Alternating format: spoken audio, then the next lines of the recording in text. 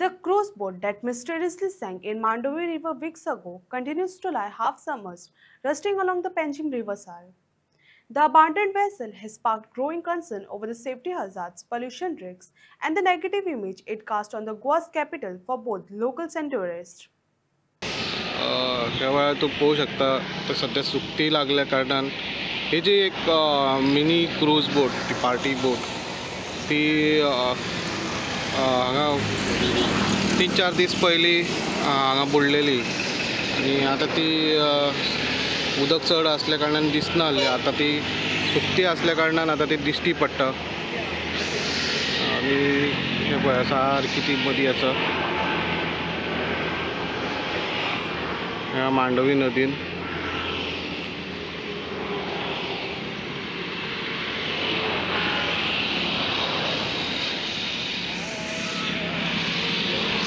कशी बुडली, कित्याक बुडली आनी कोणाची बोट हे अजुनूय कळलेलें ना.